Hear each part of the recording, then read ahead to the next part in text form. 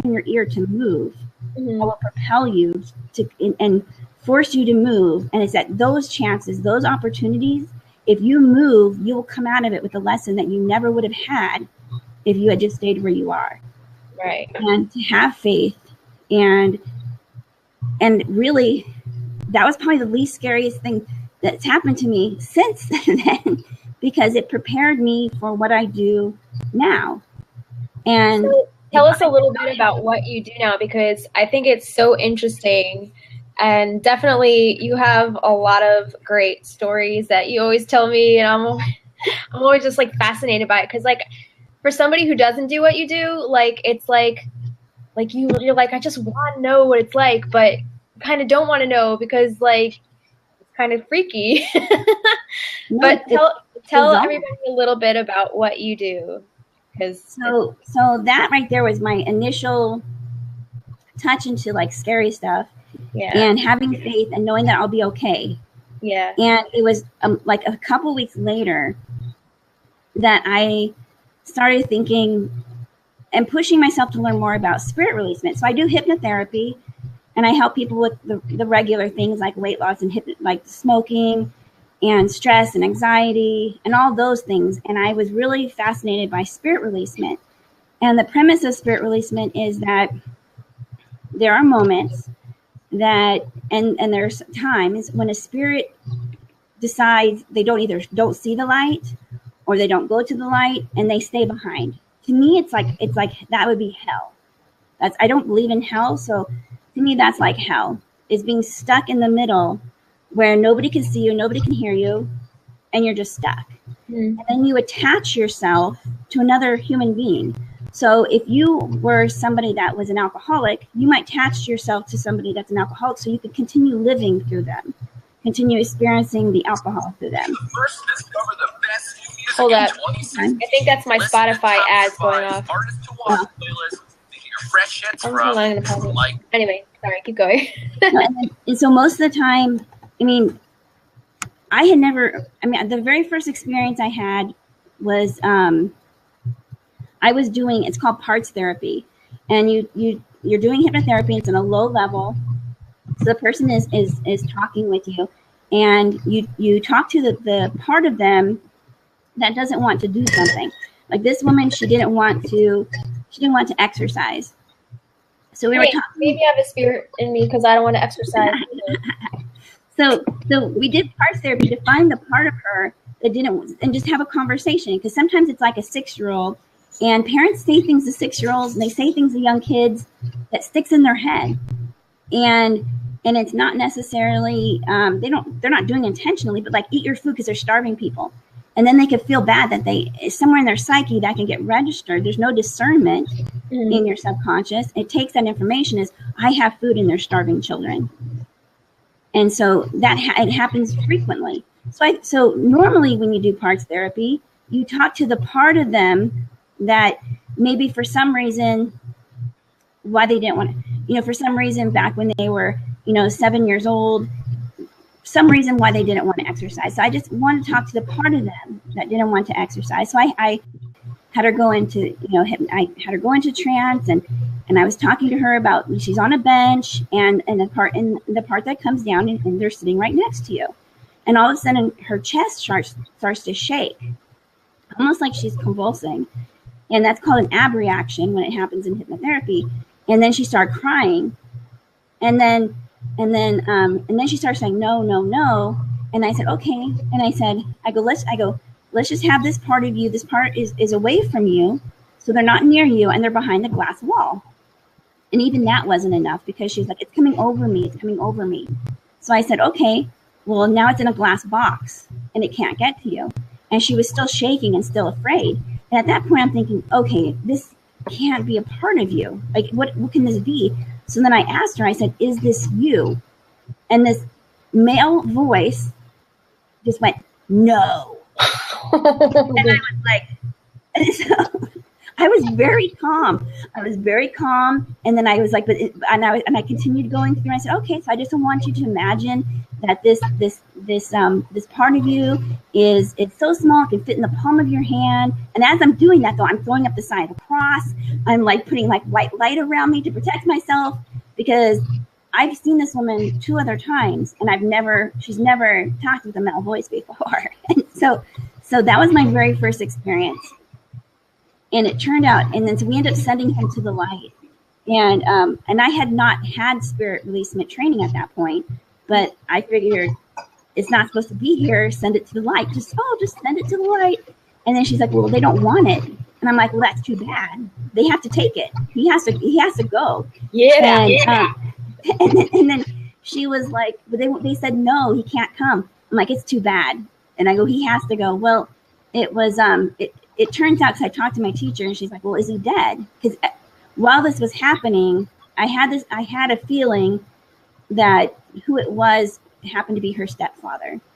And I could kind of, freaky see that when she was 6 years old, he was coming into her room.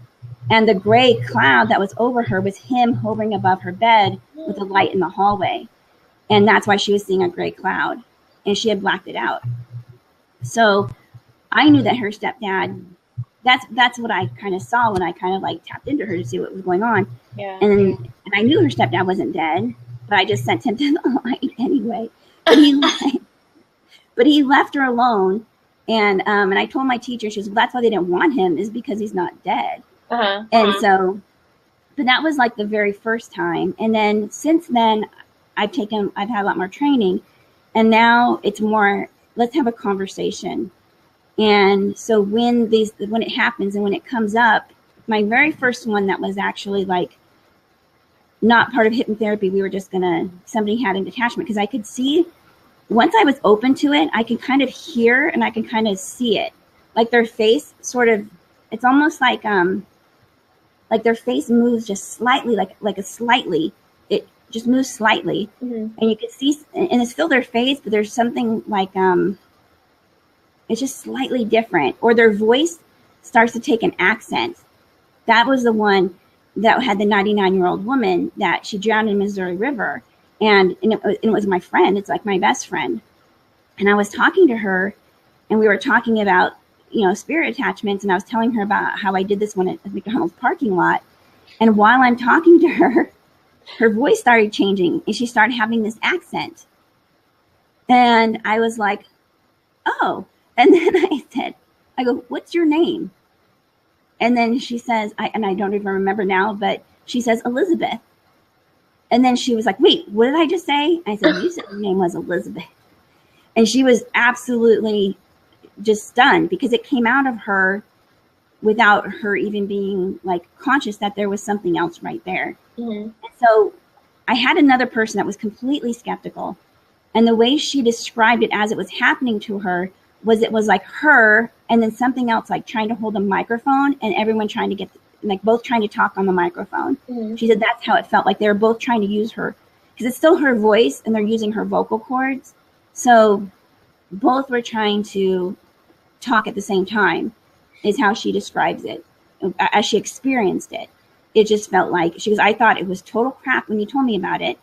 But when we started talking, she says, and I knew what you were doing. And you were saying, oh, that part of you.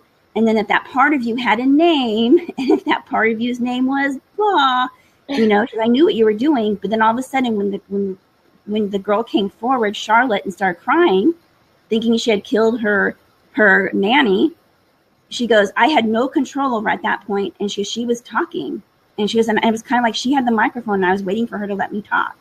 That's so cool. And the crazy thing about that one was, once we helped Charlotte get to the light, we helped her understand that she didn't kill her nanny, and her nanny actually came for her to take her across. Once we did that, she had a pain in her back for 30 years in her right shoulder.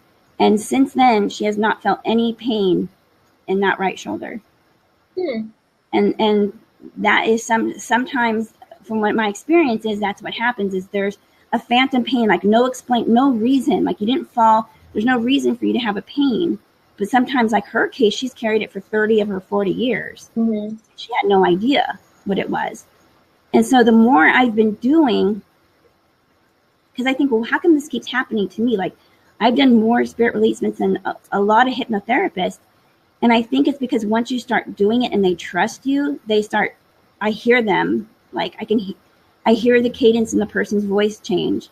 I hear the accent, or I see their face change. Mm-hmm. I think it's because I'm open to it and they trust me, that they are taught, they talk to me. The same, another hypnotherapist who wasn't paying attention may have gone a totally different route.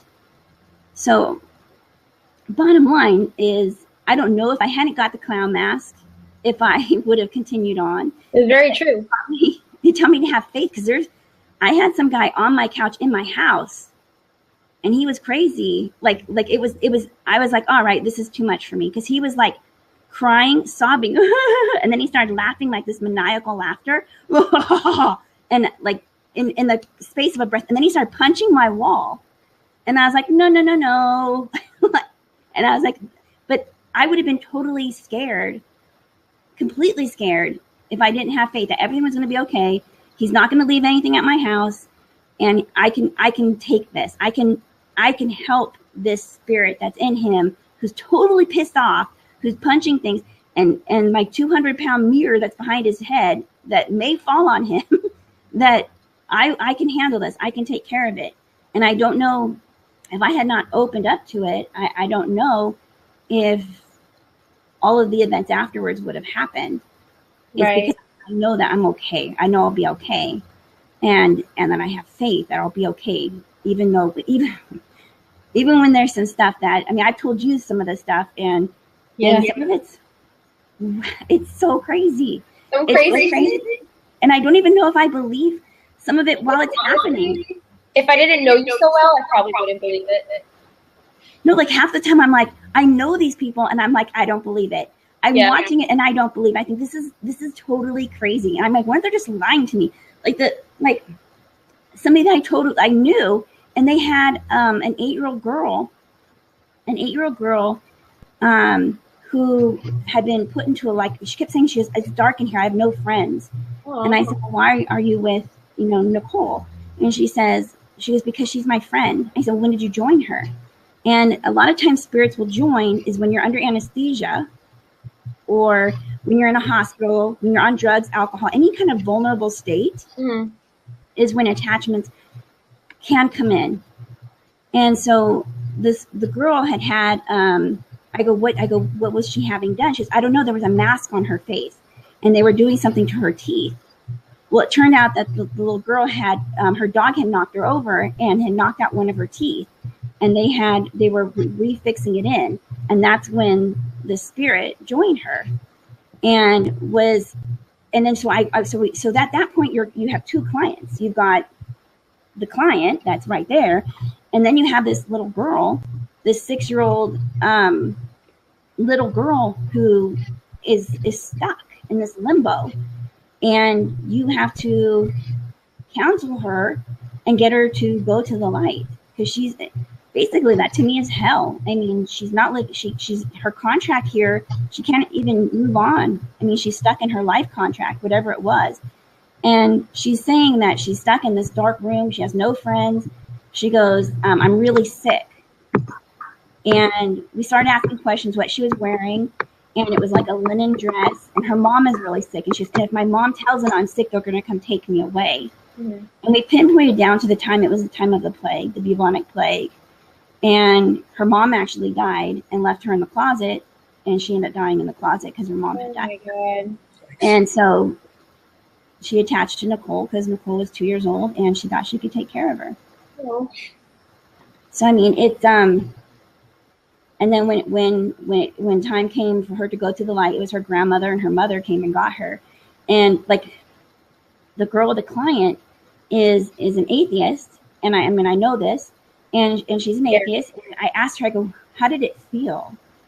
Like, what did you see? And she goes, I saw them come from like this light, and I saw them take her hand in the middle, and they both like took each of her hands and they walked her into the light. And I said, and I go, how does it make you feel? And she goes, it's really powerful. And she goes, it gives me like hope. So you made a believer out of her. What? So you made a believer out of her. And even then, and even if she doesn't, it makes her not fear death.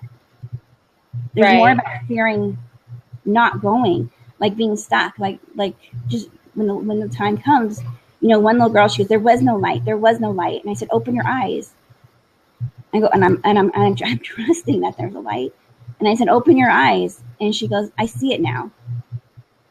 You know, and sometimes their eyes are so tightly closed, or maybe if they were like, I grew up Catholic, and if they were so afraid of death and afraid of judgment, maybe they wouldn't go to the light because they were so afraid of going to hell. All right, we have a question. Kim wants to ask you a question. First of all, I want to welcome you, Kim. Hello. Sorry, we've been blabbing for the past, 15 minutes. Okay. But this is Kim. She also has a story in our issue, and she did some beautiful photography and stuff. But she actually has a question for you, Christa. So go ahead, Kim. You can hear me? Yep. Okay, cool. Christa, in your line of work, have you ever worked on a medium?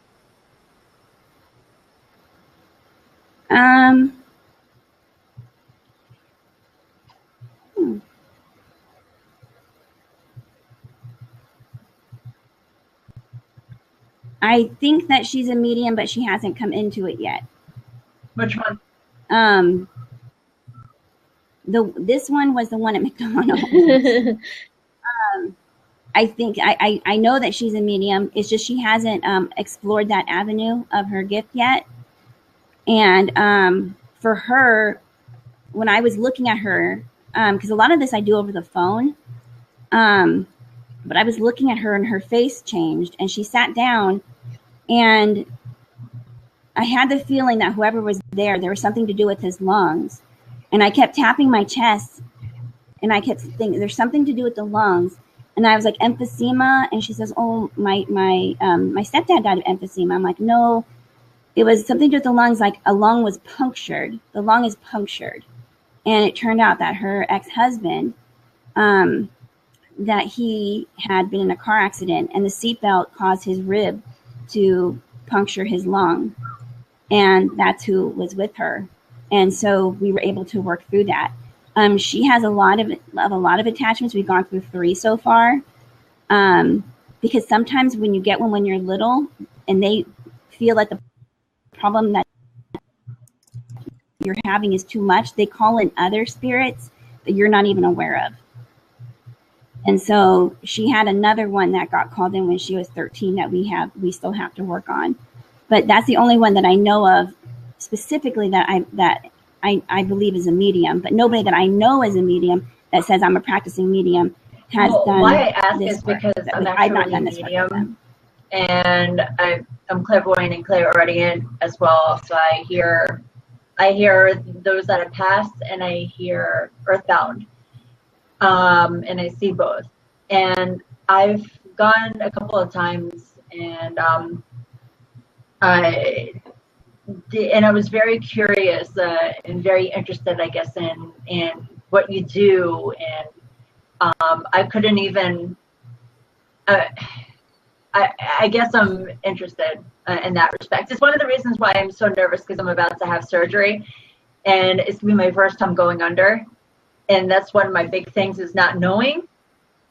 But I'm very big on, I also too was raised Catholic, and I'm big on the using the white light and block and using the archangels for protection. So that's I want to hear a little bit more, if possible, about what else you do in your line and how it works. I mean, does it tap into the? I would recommend for does surgery. It tap into the third eye? What you do? I mean, does it like? I think sometimes I do, because I, like, if the person is struggling, I'll tap into them just to see where their energy is at. I don't see things, and I don't see things because I really don't want to see what I hear. I really don't, because like some of the stuff has been, they're very angry. Some of them are, if the person is an alcoholic or their spirits are usually very, very, very angry. And I wouldn't want to see that. But one of the things I would recommend is to tell your doctors that you want to have earbuds in your ear when you're doing your surgery, and tell them that you want this when you're in your surgery, that you have an iPod and you want to have earbuds in your ear listening to the earbuds, because that will keep your subconscious occupied without calling out. Typically, like sometimes they can just join you, but if you're aware of it, like you are, you'll know. But I would do the earbuds, and I would do call in. I usually call in Archangel Michael, and I usually do a white light, and I call in him like with a sword over my body. Me too. When I had my pulled in wisdom April, call, and I was like freaking out because I had to go under. Yeah. I was so scared. I'm like, oh my gosh, what if I see things? It's like Matrix. You'll never be able to get out. So I was so scared. Did either one of you experienced that when going under? Was it kind of like, I'm gone. Oh, I'm awake now. And just... I honestly don't remember anything. Like I like blacked out, and that was it. And like I woke up, and like I was like, where am I? I didn't like see anything. I didn't have any weird dreams. I didn't see over myself. Like nothing. It just went black for me. Wow. Yeah, because they say in that you can see yourself, that you're hovering above yourself. Is yours like an outpatient, or is it in the hospital? Hospitals. Yeah. It's crazy. Yeah, the energy in a hospital. The amount of, especially in ICU. That's like whenever I walk through there, I kind of have to use a block, because if not, I'll hear like, can you talk to this person? Can you talk to that person? Can let them know I'm here? And there's a lot of depressing messages, but yeah, no, I mean, that's a good idea though. I'll see if they will allow it. However, I don't know if they will, because it's nose surgery, and they're gonna have a mask with oxygen. So I don't even know.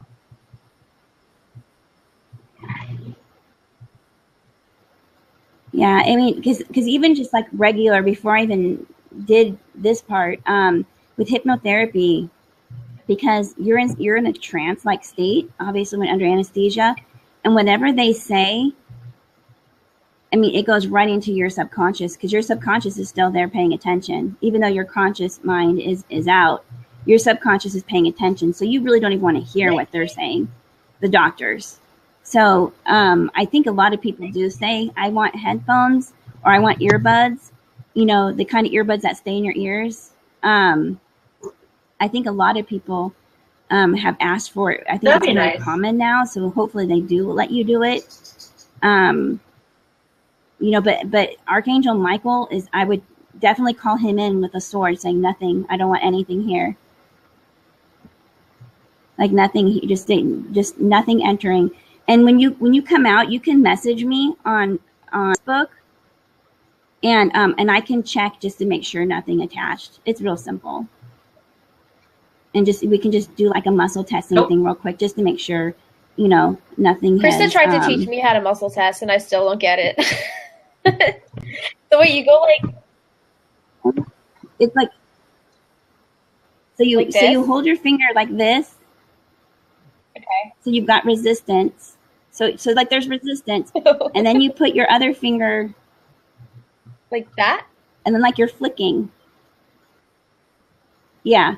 So your thumb and your pointer finger should only be building up just enough resistance to keep this finger down, to keep your pointer finger, your index finger down, and then you just say, "Give me a yes." Put your index finger next to your thumb and say, "Give me a yes."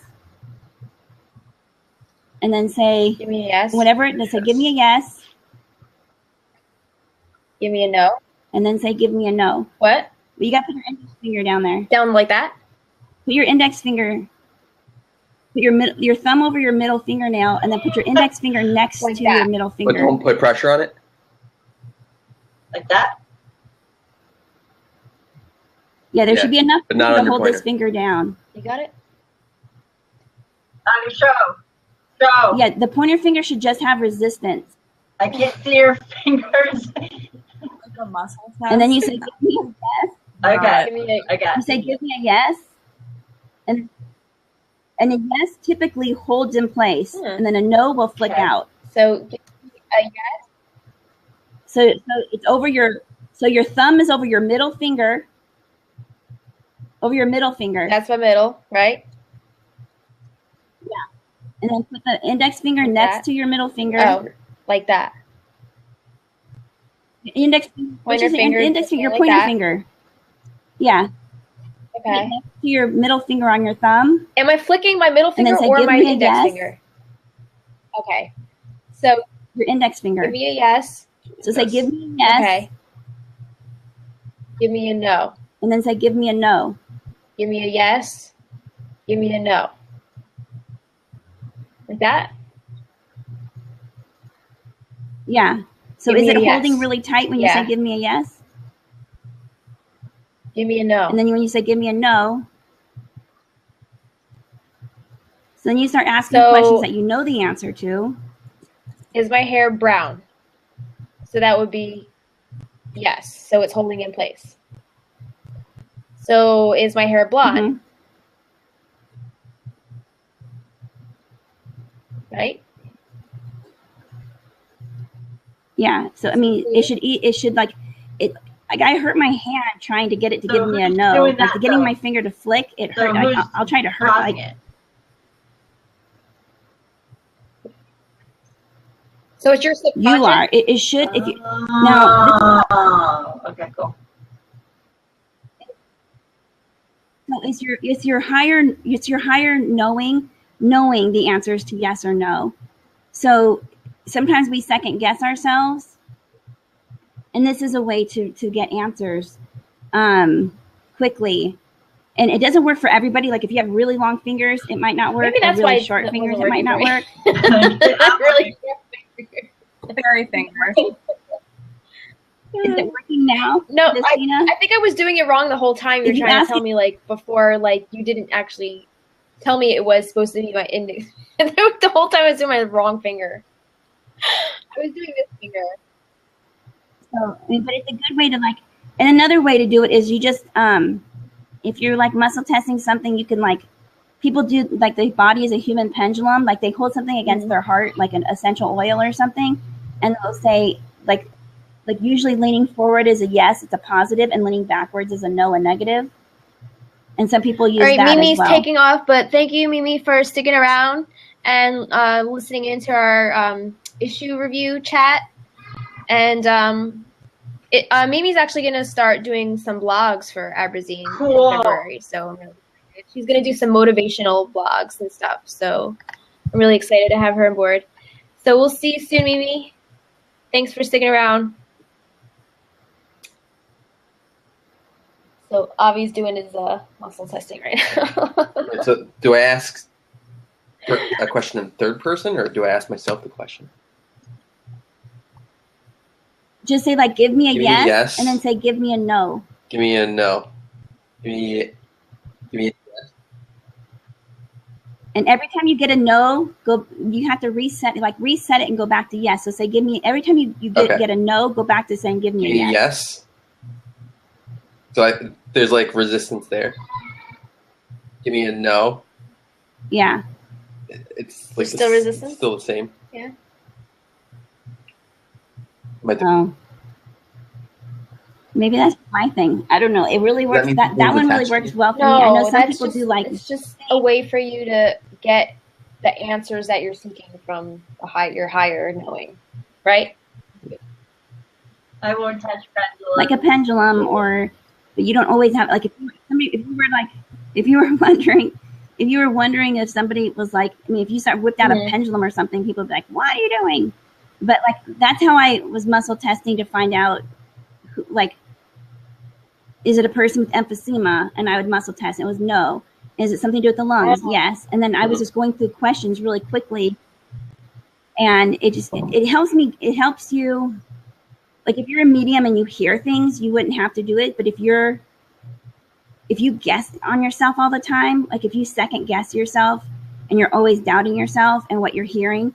Gotcha. To me, that helps me. Yeah, maybe I'll start actually trying to implement that into my routine because I was totally doing it wrong before. So I was like, why isn't this working? But I think I'm probably. It's a handy tool. Yeah, I think you're overthinking it maybe. I think so too.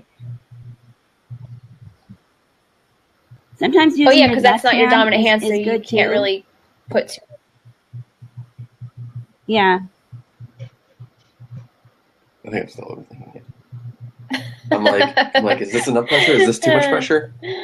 I tend to overthink a lot of things. Yeah, you do. But anyways. So Nicole joined us. Hello, Nicole. How was traffic today?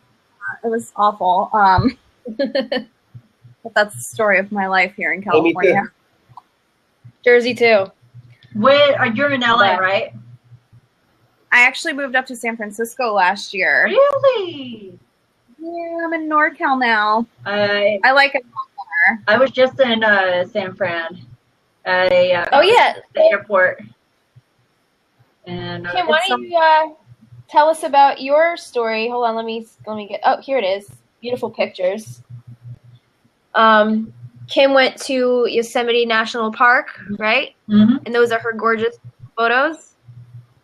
There's another one with the reflection on the water. Nice for the theme. But tell us a little bit about your, there's a cool, I love that picture of you. It's so, like, such a photographer's picture. Thank you. But tell us a little bit about your adventure here. Well, I guess you can say I've always been into, like places to visit. As a photographer, I have heard about Yosemite. I used to be up late watching the Discovery Channel kind of stuff with my dad, and they had like these programs about Yosemite, and I was like, I really want to go.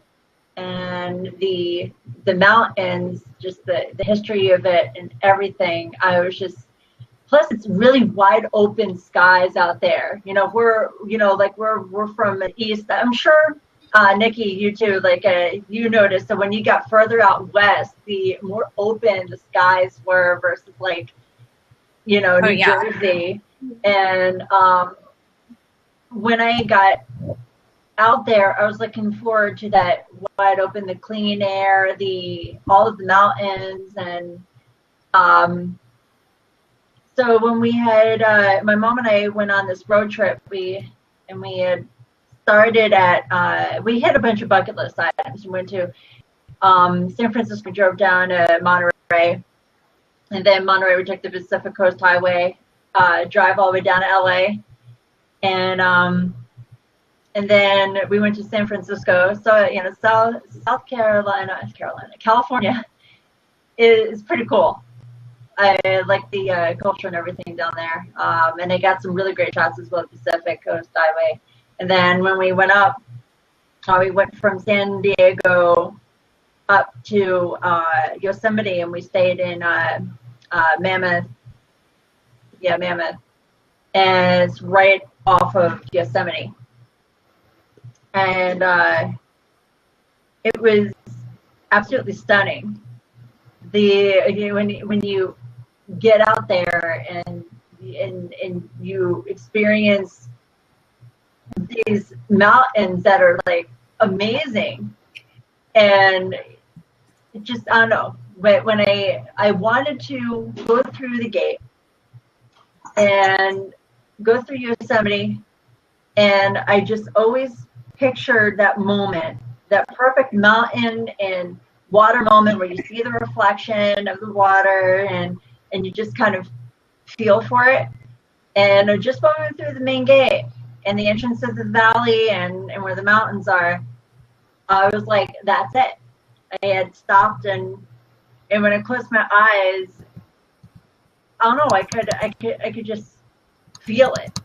And as a photographer, you know, it's not just taking these pretty pictures. It's more. It's what drives you. It's what you're wanting to paint on the image.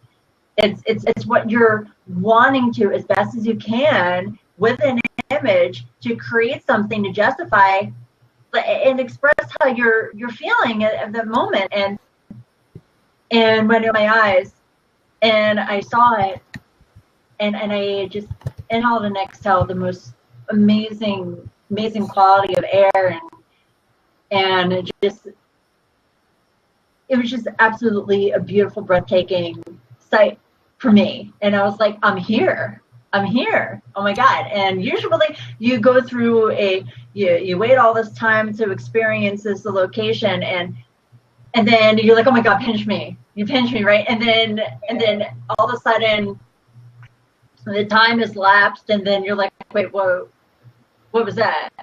You know, we just had experienced it, but I can honestly say for that experience, I didn't have to pinch myself. I was just like, yeah, I'm actually here, and I actually believed it. So I took that in, and I just kind of let how I felt drive myself and the camera, and that's what I. Yeah, I felt that way when I went to Niagara Falls, right? Yeah. I had that kind of moment when we went there last June. Yeah. And it was it's just one of those moments where you just have to like be like, wow, just take it in, like, you know? So I definitely know what you mean. But your pictures are beautiful. I mean, thank you. You guys saw them. So cool. And I love that. And like when I was originally putting this issue together, I had this picture here where this one is. And then I was like thinking, I was like, no, you know, this magazine, this issue is about reflections, and this needs to kind of take the big page. That's awesome. Yeah. So I had to give the reflection piece the attention. When I had looked through it, see, I loved every single issue that you did, and I will be honest with you. I enjoyed every single article in this one. I mean, as always, but I'm always a big fan of Nikki, obviously, and in her positive energy, positive drive, and motivation. So that was an article that I was definitely looking forward to, and as well as your pieces. But one in particular that I want to mention real quick, if I may, is the artist that's out in Belarus, Afremov. Yeah. I think I stared at his images almost all night. And as you and I know, because you and I both took the art classes and everything, it reminded me so much of like because I started off being an art major, and the expressionistic and impressionism, and just how he had the colors flow, and it was just, again, more than just a pretty picture to me, definitely, because it caught all the reflections and everything. So it was amazing what he did. So definitely. A whole page of all. Thank you, Shelley. Yeah. I mean, I just love how he paints his reflection. I mean, that's when you're able to, because reflections and with paintings and with water is a very, very difficult task to do, because you have to get the correct mediums, the right values to make it actually look believable that it's within a reflection. Right. And he took so much time and detail into that. It was definitely incredible. So yeah, and I just want to note his technique that he actually uses to do this. He doesn't use a brush; he uses a palette knife. Nice. So, like, he just all of these strokes are from the palette knife. That's not a brush. which I thought was really fascinating because, like, usually you think of a painter, you think of a brush, right? You don't think of, like, somebody scraping on stuff with a palette knife. But, like, I thought that was so cool, like, the way he does that. And, like, not only the fact that he uses, like, a different technique altogether besides just using a brush, but, like, he does these reflections like it's, like, flawless. Like, you know, he has his own technique and it's flawless. So I thought he was fascinating, and I was like, this dude needs to be on the cover. That's why, look at that. It's unbelievable. So, Shelley, you were there. And this guy had, I'm sorry, what? Shelley said that she was at Yosemite in August. Oh, yeah. She's going back this coming August. Or hopefully she's going to go back. Oh, my. Yeah. We went to the Yosemite Falls. That's right by the Half Dome. It was like, how do I say this in the most respectful way? The waterfall was kind of like a small little hose.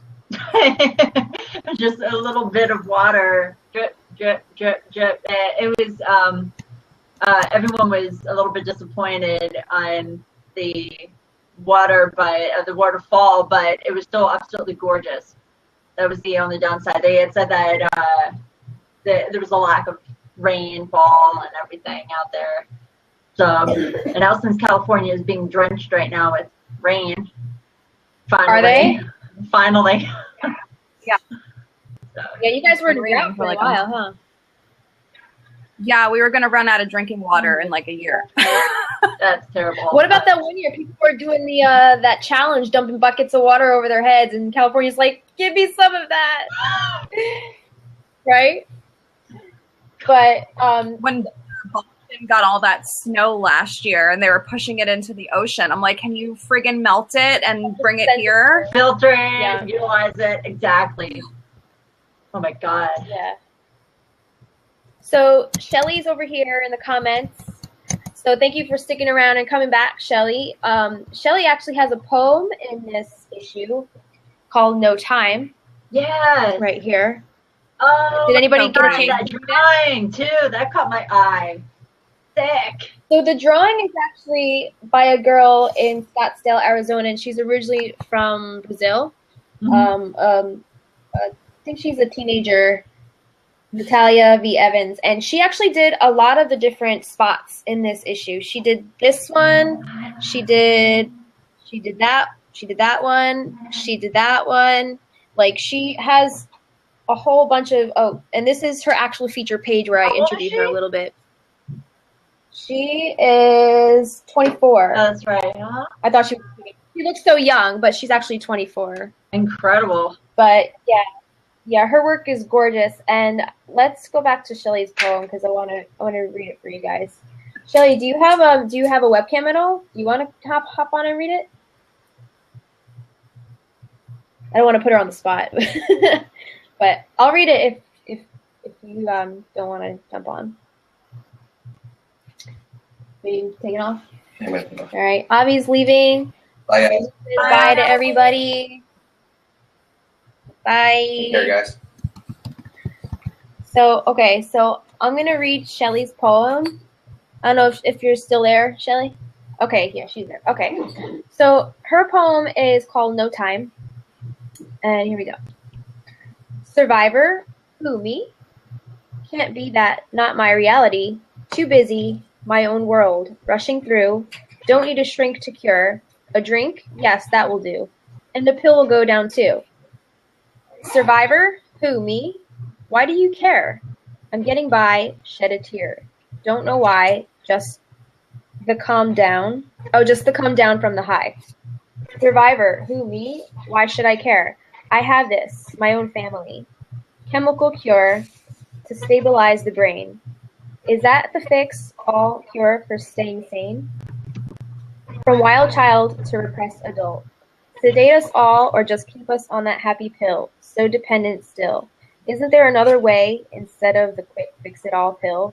Self-destruction, anal repercussion, and all that is really needed are to be, looking for that chemical cure. Life wasn't what we truly expected because things didn't happen as we directed. Life had been destroyed in the blink of an eye. Putting it back would be a miracle. Of such a surprise. Chemical cures. It is happening everywhere around the world. I love that.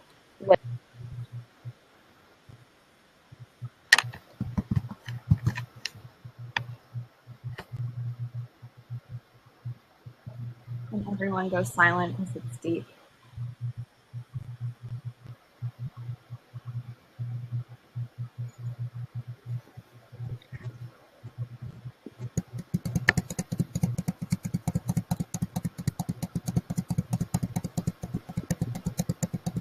Like, Christina froze. Yeah. I was like, wow, she's been silent for a while now. She's really like deep in thought. And then there were 3.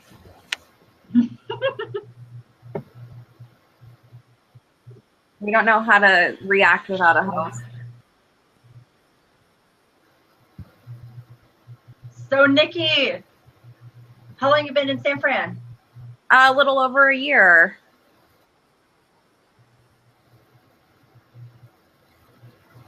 Cool. That is cool. What brought you from SoCal up to? My boyfriend was getting relocated for North work Cal. around the same time that I was falling apart in LA. We just weren't meshing like I thought we would. You know, my dreams of Hollywood and whatnot. So it was kind of perfect timing, and we were able to come up here. And you know, I'm still working in TV production, but it's just different people, different atmosphere, and it's just been working out a lot better. can you guys see me now and hear me? All right. Yes. Cool. I think Kim had to refresh too. I don't know why. Like I just like lost internet connection for a hot second. But did you guys actually hear the rest of that poem, or did it cut off? No, we heard you. And then we thought that you were deep in thought because you were frozen like this. I was like, And I was like, she's really reflecting. I was saying bye to Avi, and I was like, all right, guys, we'll be right back. Just talk amongst yourselves. And you guys didn't hear me at all. But anyways, I don't know where Kim went. I think she lost her connection. Yeah, let me see if I can get her back here. Hold on.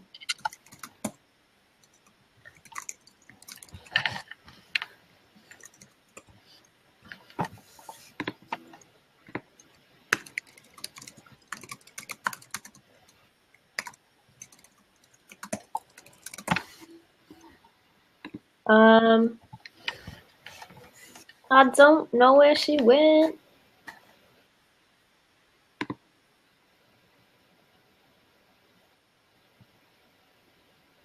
So Kristen said she didn't want to miss it. She had a session with Christa.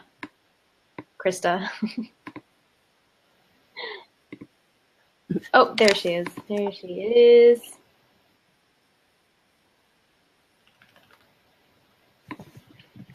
There you are. We lost you for a minute. Yeah, sorry.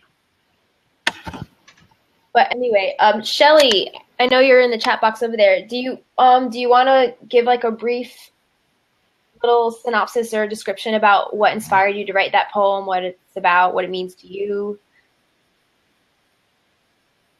Because I mean, the cool thing about poetry and art is like it's open to interpretation. Like however, like the writer may have gone through an experience when writing it, but somebody who's reading it from the outside, they might take it another way.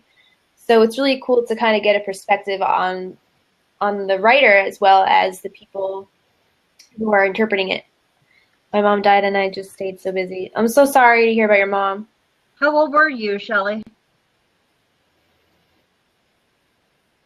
Oh. Yeah. I can't remember. Yeah.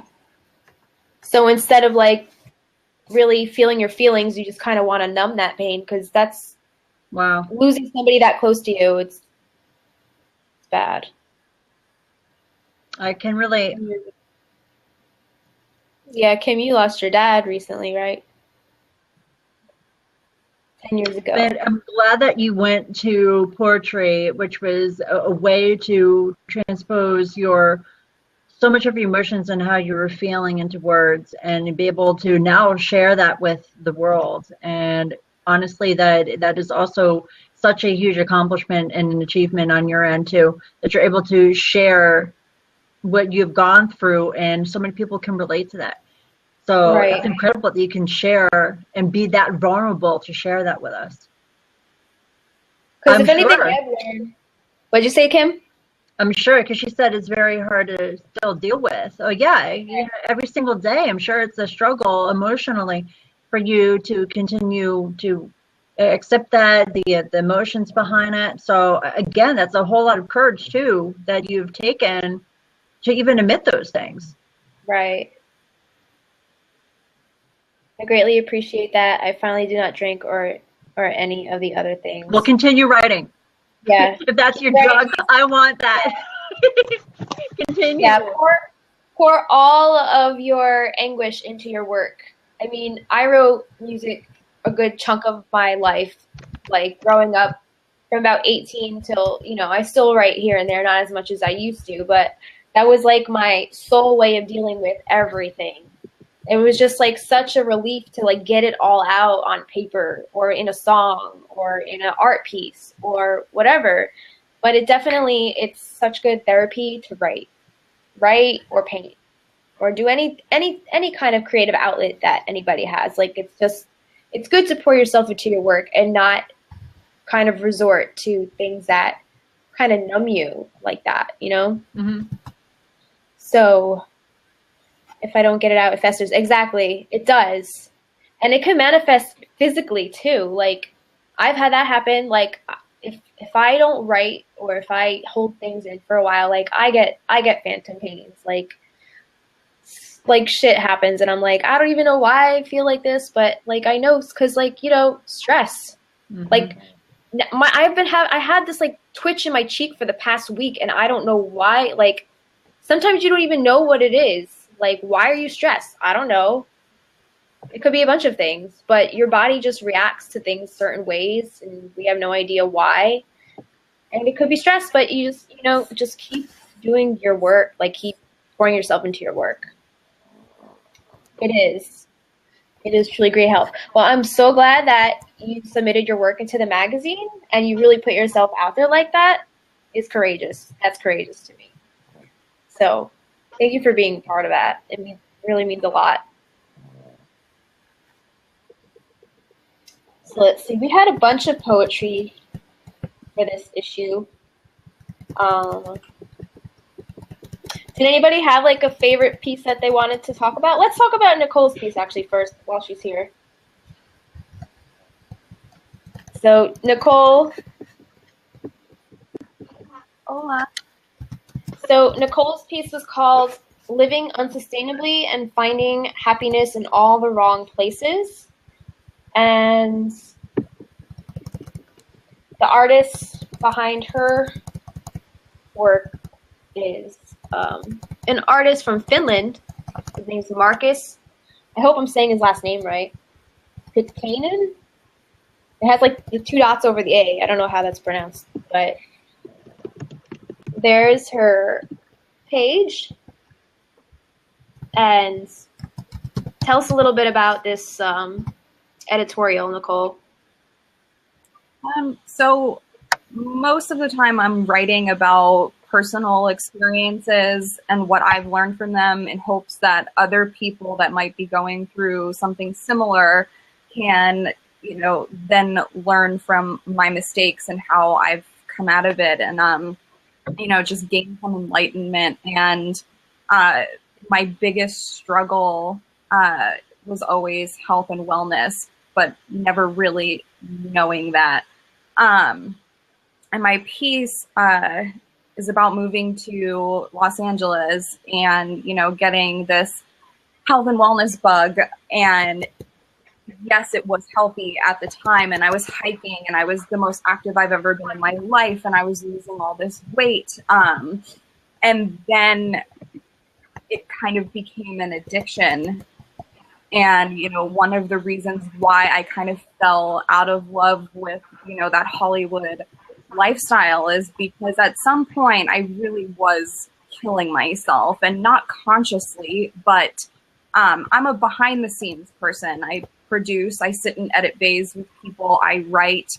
I'm not on camera. So the amount of time I was putting into not eating and overworking out was ridiculous. And at the time, you know, I didn't see it that way. But it is very easy to kind of like tip that scale when something, you know, starts out really good and then you get obsessive over it.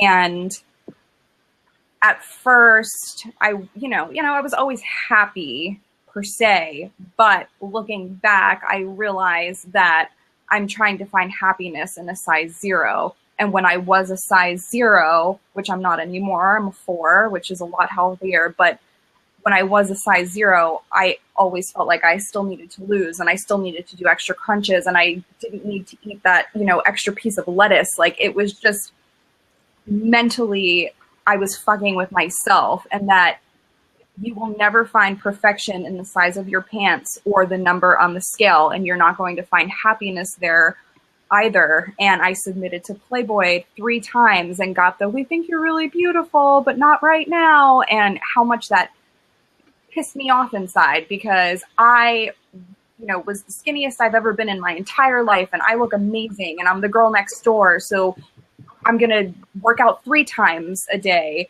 And I don't want anyone to think that that's okay. And when you start seeing yourself go on that path, it's time to take a seat and evaluate, are you really doing this healthily? Why are you doing it? Is it important?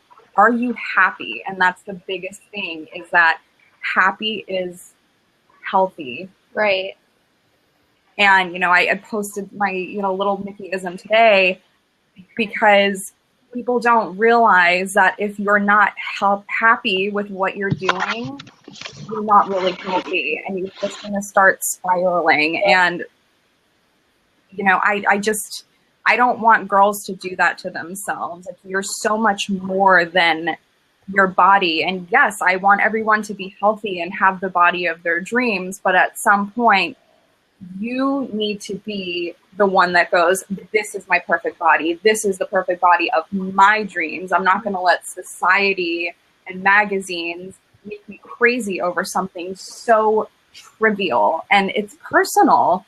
And I was, you know, kind of heartbroken that, you know, toward the end of my time in LA, when I was working, I was gaining all this weight because I was working 70 to 80 hours a week, and I didn't have that outlet of working out to make me happy and boost my endorphins, but I'm also eating like crap because I'm always in the office. And what a blow that was to me, to have lost almost 70 pounds to gain 20 back, when in reality, that's like nothing. And if I wanted to lose the weight, I've done it once, I can absolutely do it again. And why am I sitting here beating myself up over something? It's not like I set myself back to 0. I'm still so far from where I started that this is just a little speed bump in the road. But that speed bump made me sit down and actually reflect on all those things and be like, wow, like 900 calories a day, Nicole, really? Yeah. So now, you know, I'm on the path of balance, and I have my size 0 jeans sitting in my closet. I might never get into them again, but that's okay. Yeah. When did you exactly figure out that moment of that profoundness of, no, I am not happy. No, I am going to take care of me and love me and value me. When did you realize that, and how did you feel at that moment when you figured that you were going to just do a 180 and change everything around? It was probably right when I moved to LA that it started. So that was like 2009, that I knew I needed a lifestyle change. I knew I was unhealthy. I was drinking like a fish, and, you know, I went to art school, so I was doing drugs and, you know, just, you know, your typical masking that pain that you're feeling. And then like I said, it just kind of got out of control and I lost sight of what was actually making me happy.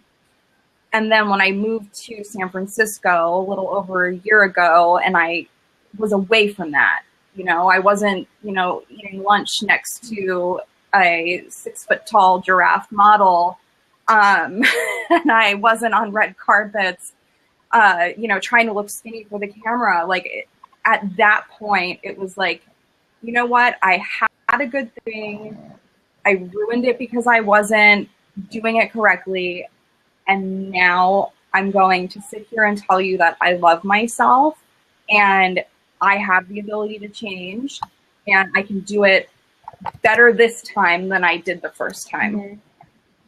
So there were, you know, those two instances where I was so ready to change and I did, but now being able to do it again, I'm just on a much better path and a much better, you know, mental, you know, frame of mind to do it. I want to just like pull out a quote from your article that kind of really hits home. You said, I was happy with the number on the scale and the number in my pants, but my naked reflection in the mirror wasn't what I wanted. I think that's powerful. That kind of makes you go like, oh, well, this girl kind of, she attained the body she wanted and she's still not happy. Like, you know? Yeah. That really goes to show you that it's really not all about, well, I mean, it is being physically healthy as well, but you know, it all starts with your mindset, basically. Yeah, absolutely. And it sucks to be in that position and still find something wrong with yourself. And, you know, we're all our biggest critics. I mean, I could sit here and, you know, tear myself apart now, and I just choose not to because there's no point. But I would literally be in the mirror going, wow, I look so good in my clothes and my reflection doesn't feel the same as, you know, what I look like in pictures. And it's not going to, because I wasn't eating the way that you should to have that perfect naked reflection. But then again, it's like, it doesn't matter. Like the two things don't matter. Right. And I could have been 90 pounds and still would have been upset with the way I looked, because at my lightest, I was like 108 and still in the mirror, like, oh, this and that and the other thing. And it's just, I think it's just false confidence really is what those things give you. Right. Hold on. You're like a little laggy right now. Uh-oh. We lost Christa. I don't know where she went. Maybe she'll come back. Oh, wait. It shows she's still in the room, but she's not in the video anymore. But anyways, for anybody who's still watching, Nicole just told her story, and she has a website, nikkynurtures.com, and out of, like, what is that sound? What is that?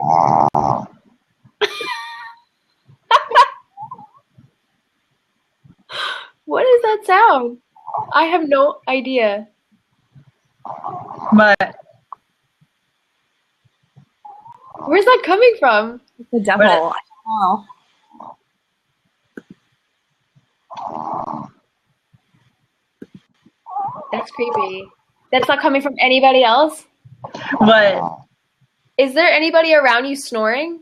Or is that coming from you, Kim?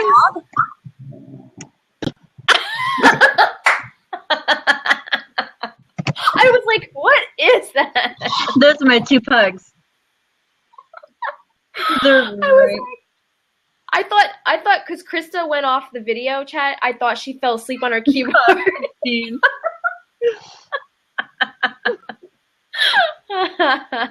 That's so funny. But anyway. I'm so sorry. I didn't realize they are kind of loud. Starting lawnmowers. But. No, that just caught me off guard. That's hilarious. All right.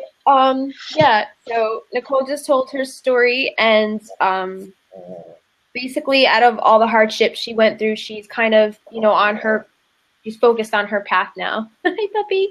She's focused on her path now, and she's doing her thing. NikkiNurtures.com. Check it out. She gives health advice, mind advice, spirit, soulful advice, like for 3 days of the week. And she's also an affiliate of a lot of really cool products. So if you go purchase some of the things off her site, she gets a little commission. So just trying to help a girl out.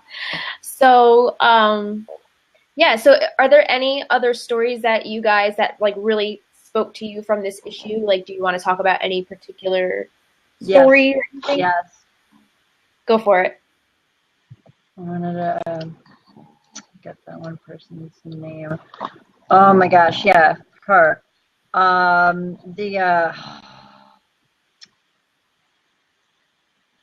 Suzanne Brown.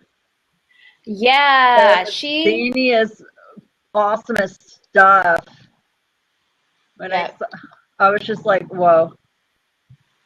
Yeah, when she contacted me, she found me off Craigslist because I put ads out everywhere for, artists to join on in the magazine. She messaged me on Craigslist. I put an ad out in Lancaster, Pennsylvania, because me and my parents visited I think the end of September. So, we went to downtown Lancaster, which is a really artsy community. I had no idea Lancaster was so artsy. I think there's a school over there, a university or something for the arts. And, we went, checked it out. There's little artsy shops all over the place, galleries. Yeah, I mean, I didn't meet her there, but I figured since it was such an artsy vibe in that, in that place, so I figured it couldn't hurt to put out an ad, in that area. Maybe I'll, get some of those artists. And sure enough, I got one, and it was Suzanne Brown, and she emailed me, and she's like, hey, I'd really love to be part of the magazine. And then she mentioned the Louvre, and I was like, what? This girl was in the Louvre in Paris, which is mind blown. I was like, yeah, send me your stuff. So it was really cool. I interviewed her, and she talked about her collage. She does collage. She does photography. I mean, she does a lot of cool stuff. I'll show you some of her stuff. This is the piece that got into the Louvre. This is a photography piece, and this was part of a collection. It's called the Body Collection, and a variety of different artists were actually on this exhibit. She unfortunately didn't get to go see it there, but I mean, that's such an honor to be placed in the Louvre as an artist in university. She's a college student. She's been in the Louvre, amazing. And this is some of her collage pieces. I mean, if you check out her Instagram account, her Instagram account alone is just she's got some really cool stuff on there. And then I interviewed her a little bit here, and she talks about, here's some really powerful pictures up here. I don't know if you could see them. Can you guys see that? Yeah. So these pictures are basically social political issues based on rape culture and what goes on in colleges all over the world.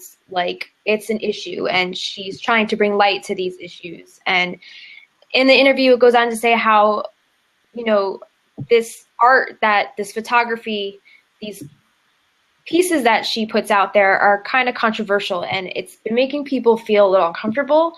But I mean, at least you're getting people to acknowledge something like that, So for such a young girl, I thought her work is just, it speaks for itself. She's got a good thing going for her. So I was really happy to have her in the magazine. But if you have any input, Kim, go for it. What do you have to say about it? I just thought her work was incredible. I mean, it was interesting. I've never really seen anything like it. How cool is that? I love it.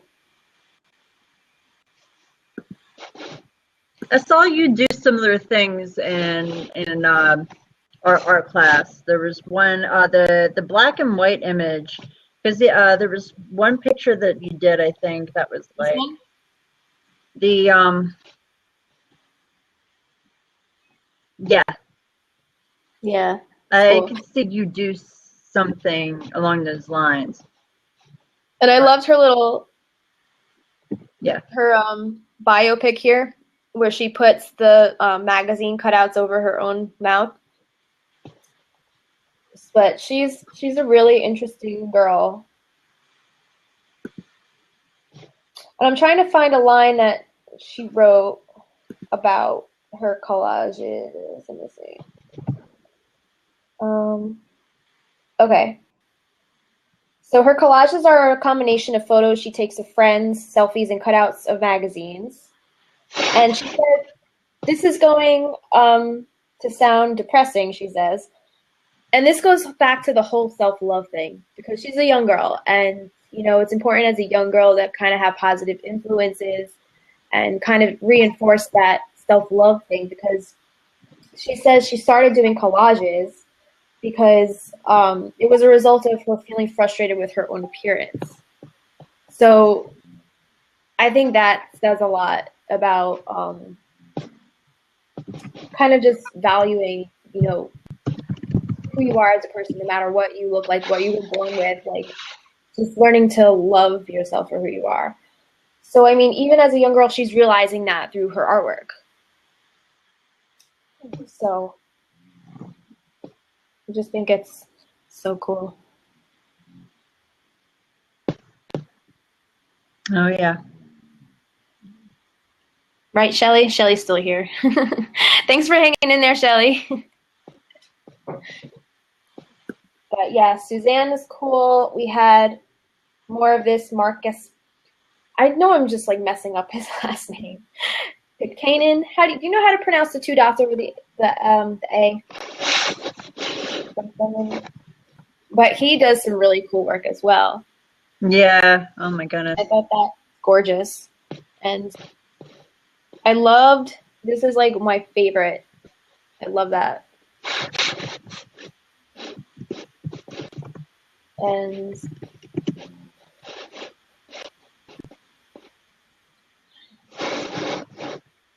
did anybody, like, Kim, you were in my art classes, but I don't know like how much you've studied about art like after high school. I did. But are you familiar with like, you know, any artists at all? Yes. So you know like Matisse, obviously, Yes. or not. I don't want to say not Van Gogh. Picasso. I think his stuff kind of has a little bit of that. Like he's got, let me see. Like I could just see him doing stuff like that. And Matisse as well. Matisse did a lot of cool kind of gestury paintings and like really, but he also did the Cubism too. So I think it's more Cubism, and I also think what he did was he looks like he combines often like two different mediums. Like he would do like some contouring, like he'd be someone to do like just a contour bold lining with watercolor or some kind of mixed medium, and just outlined or different kind of colors with different values, making things up. So it's very interesting style. Yeah, I love it. So pretty. He's got that like old world painter vibe going for him. But we had a lot of cool stuff this issue. We had a comic by Jason Jackson. Yeah, oh man, I wish she was here tonight to talk about that. I know. That was his comic right there, which is really cute. If you guys go get a chance to read that. Yeah, when I read it, I was like, I sort of understood what he was saying, but I would have loved to elaborate. Yeah, maybe next issue review, I'll have him come over and jump on as host with me, because he's a funny guy. He has a lot of funny stuff to say, and it's always like funny just like listening to him talk about shit. he's a character, but he walked this comic over to me, or he drove it to me, but like he basically like came to my house and gave me the paper of the comic. And then I was like, tell me the story behind the comic. And like he told it to me really quick, and I forgot to write it down. So then I had to like bug him for it later. But this is basically, you know, he gave me this little write-up about the comic, and it basically goes to say that he actually thought he was inspired to write this comic when he was actually at the town fair. You guys remember the Czestochowa fair? Like he was inspired by this comic, by the fair, when writing this comic. And it's basically, he goes into a fun house, and he, initially it was a very dark piece, but I was like, let's keep a little light, Jason. So he changed the end a little bit. But the guy was walking through the hallway of mirrors, and the guy says, I wish I know how I could have been. And like a reflection of him shows up in the mirror behind him, and he goes, who's there? And like a few more versions of his future self, or whoever he could have been, they go, we are who you could have been. So basically it's kind of portraying this character who's kind of not happy with where they ended up in life, or maybe that they haven't gotten to where they want it to be at, or where they expected to be at that point in their lives. Like, you know, we turn 30 and you're like, oh, I thought I was going to have so much more accomplished by now. Like, you know, that type of deal. So he kind of wrote from that perspective, and all these other characters in the mirror behind him, they're kind of like, we're who you could have been. So that's kind of him reflecting on, you know, did I make the right choices? Did, you know, I achieve everything I wanted to achieve up to this point in life? Like, what more can I do to kind of not live in regret later on in life? Like, what can I do now to like fix that, you know, because it's not too late. It's never too late to kind of start living how you really want to live, you know? So I don't know. What was you read the comic? What was your take on it?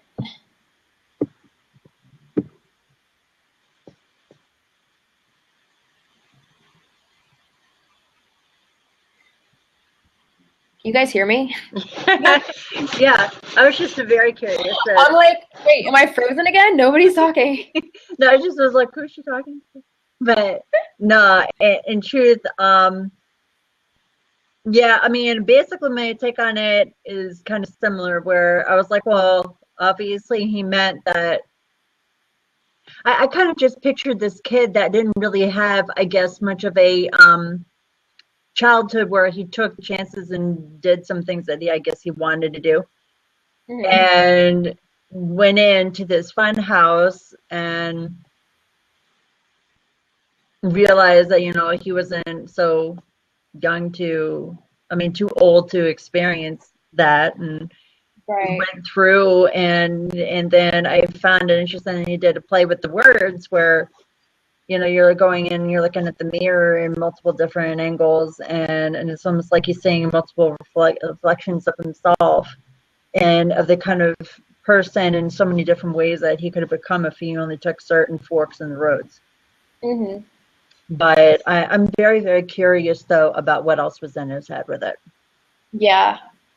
I mean, that's the beauty of these different art pieces, because like there's so many interpretations. Like everybody's going to have their own interpretation, and it's so interesting to know what goes through the artist's head when they're you know, creating their work. Yep. So yeah, I love that one. I mean, every piece in this issue was so beautiful. And Mimi was here earlier. Mimi's the one that's going to be writing for Abra-zine blog in February. Very she had a piece in this issue, so I thought we would look at hers for a minute. And this is poetry by Mimi Adams-Matthews, and she submitted two pieces actually. One was actually called Reflections, and the other one was called Grand Entrance. And the first Reflections one was based around this old antique jelly cabinet that she had, which I thought was really cute. So she took that picture and she sent it to me. And, what's Christa saying? Oh, she said, I'm still here, just had to jump off so you wouldn't hear me coughing. She has pneumonia. Wait, do you have pneumonia? Or your son has pneumonia, or do you both have pneumonia?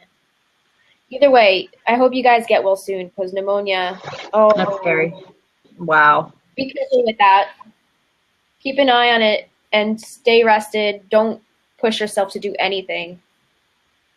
Drink a lot of fluids and stay in bed. Give yourself permission to be useless. That's Constantine. Yeah, I had to give Nicole permission to be useless last week, right, Nicole? Oh my God, I had the flu, and Ick. I'm not a good sick person because typically I'm still functioning and I'll like work from home so I don't bring germs into the office, and I was just completely taken out. She messaged me like, I have to work, but I feel like shit. I'm like, don't push yourself. Just go. Just give yourself permission to take like 3 days and just get back to yourself where, you know, you're well enough to feel like you can put some hours into being productive. But when you feel like that, there's no point. There's just really no point. Just give yourself the few days to get back to yourself. I was sleeping like 15-hour stints for 3 days. That's horrible. But I hope you feel better, Christa. You and your son, like, really get well soon. So here's Mimi's poem. I'm going to read it real quick. Maybe I'll just read one. It's getting kind of late. You guys are probably tired, right? Yep, gotta go in a minute. You guys tired? Yeah. So Mimi's poem about her jelly cabinet.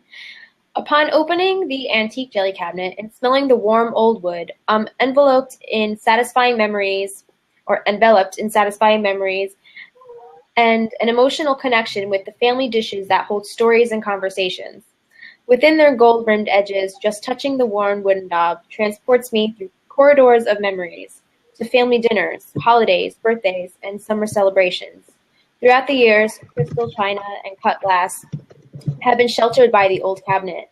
I still treasure lifting the pieces from its depths, feeling the weight of their history. Satiny ivory wedding china and used for all fancy meals.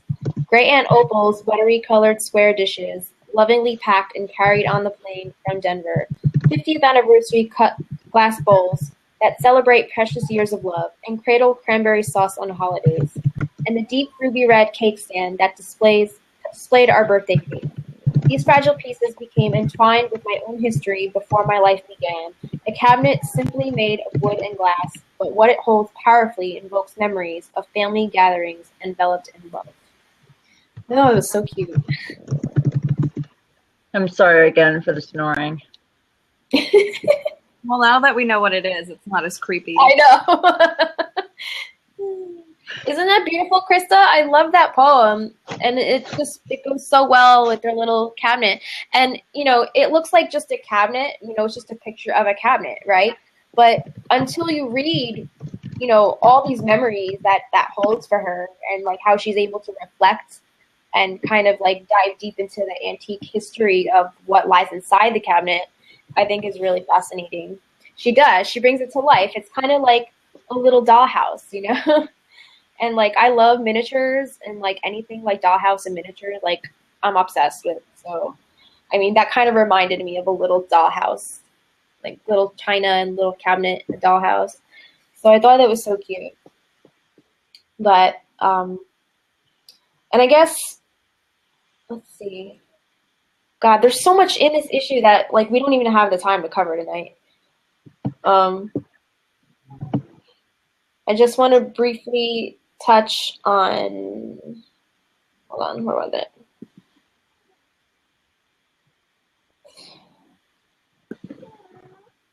Darius had a piece on the Stag Vets, which is a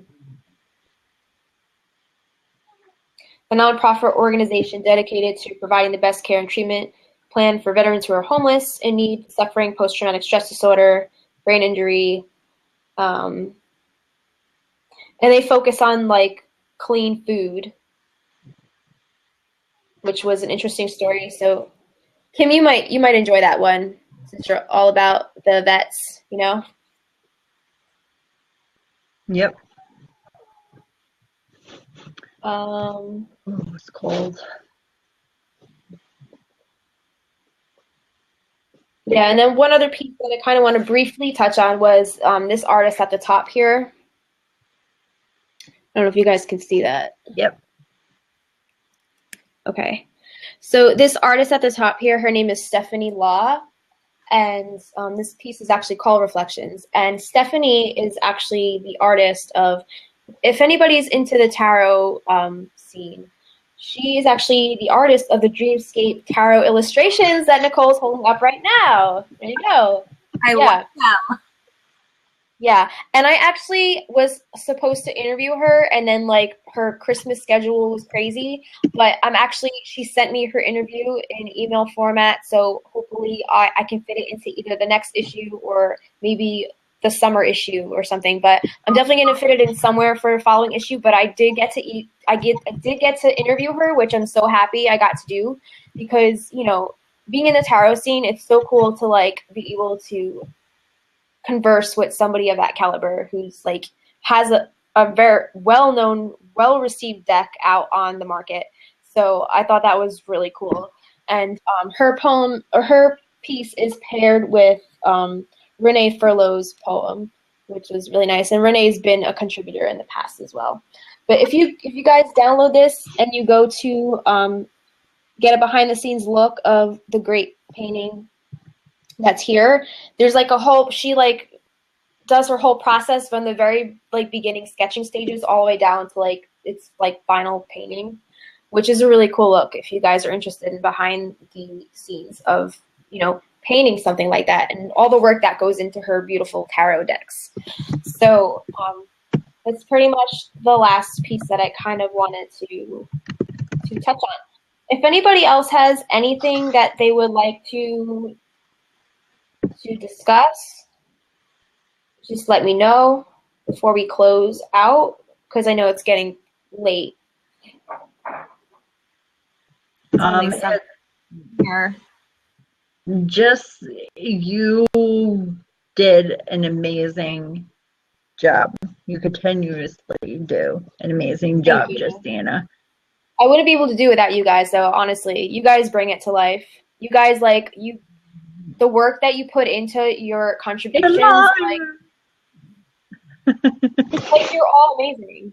You all have something awesome to share and contribute, and I appreciate everybody who takes the time out to get me those, works of art, your articles, everything that I need to put it all together. Because, honestly, it would be nothing without the artists and the storytellers and the motivators and the supporters. All you guys are awesome. And this is Abra-zine's 10th issue. 10th. God. 10th, yeah.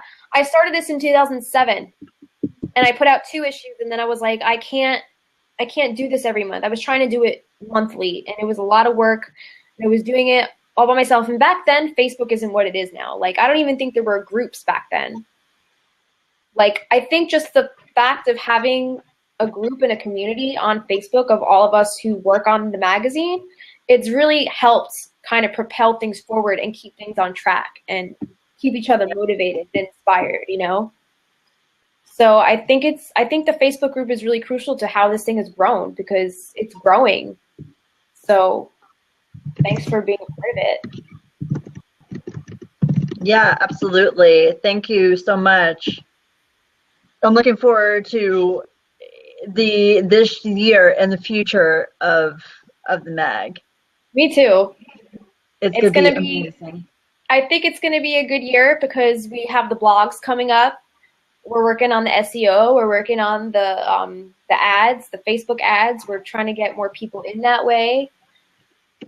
And just doing more cool issues like this. I mean, we just keep putting out good work. People will start taking notice, Yeah. It's very hard. It's very hard to sell these kind of mags, but there's not too many magazines, not too many out there. I mean, it's everything else is either has to be about sex or celebrity gossip in order for it to sell 1 million. Yeah. But I see so much success with this magazine. This is incredible stuff. Yeah.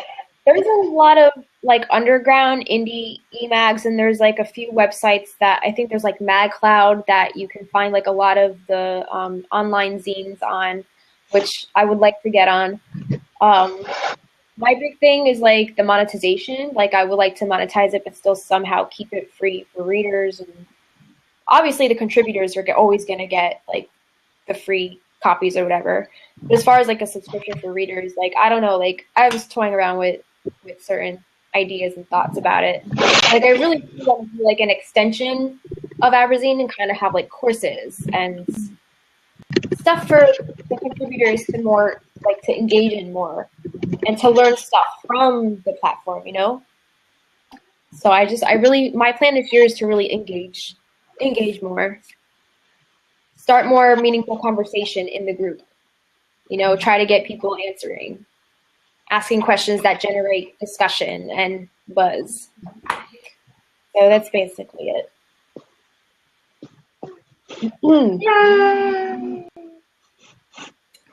But thank you guys so much for hopping on tonight.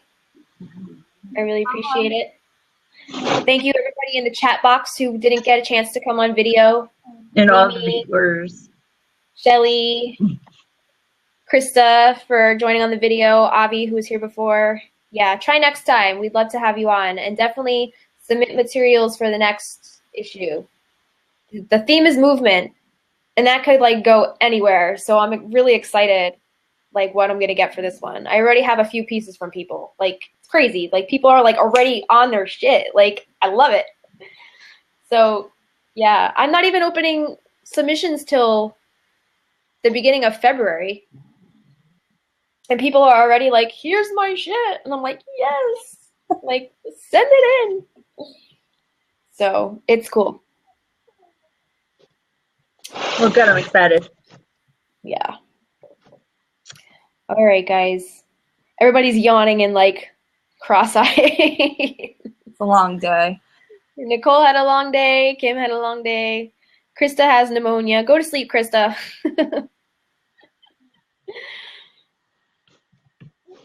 All right, guys. Bye. Alrighty. Have a good night. Have a good night. Bye.